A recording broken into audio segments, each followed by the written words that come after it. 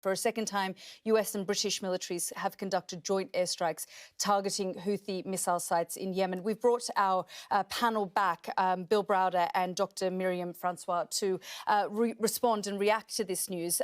Bill Browder, first to you. I mean, these guys are terrorists. They're obstructing all trade. They're creating inflation. They're creating supply chain problems. Commercial vessels can't go through the Red Sea. Something's got to be done. And this is absolutely necessary to stop these terrorists from obstructing free trade.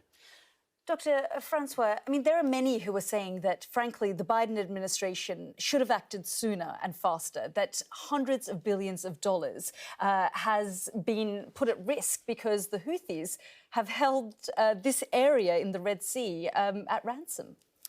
Sorry, so just let me get this straight, Yalda. So we are bombing the poorest, one of the poorest countries in the world that has been under a humanitarian blockade. There has been famine. These people have been decimated.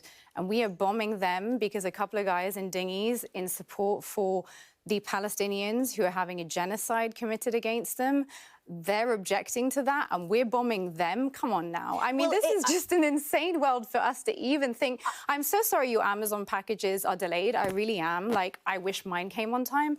But, you know, genocide, guys, genocide. There are 2 mothers a day dying in Gaza right now. It's 109 days into a conflict in which a humanitarian crisis has been declared to the world day in, day out. By the way, Dr. Francois, there are many who are Yemen watchers who monitor and follow the Houthis who say this is doing wonders for their branding, actually, that it isn't just the Palestinian cause that they're focused on. So call a ceasefire now and end the positive branding. If you want to stop the Houthis doing what they're doing, then call a ceasefire right now. Do you genuinely believe that the Houthis would stop doing what they're doing? They have literally said that that's why they're doing what they're doing. They have not previously blocked those routes for any other reason except this one. So yes, I do. And I also think the West needs to start to understand that you cannot just go around playing cowboys in the world. There are consequences to your actions. You cannot just go around bombing people's countries, ignoring international law and expect no repercussions. For every cause, there is a consequence. And just because you don't like a couple of guys trying to resist, I mean, these are now prescribed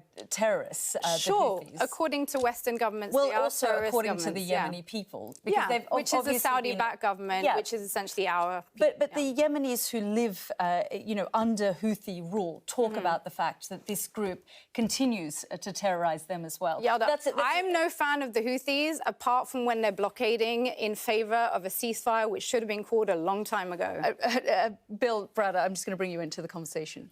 We started the whole conversation an hour ago about how you can't afford housing and your generation and so on and so forth.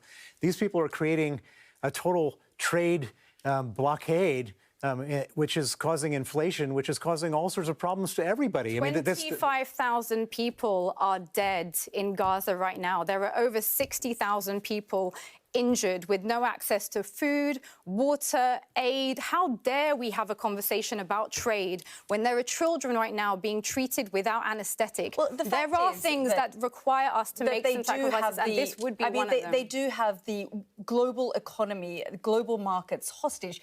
Good for them.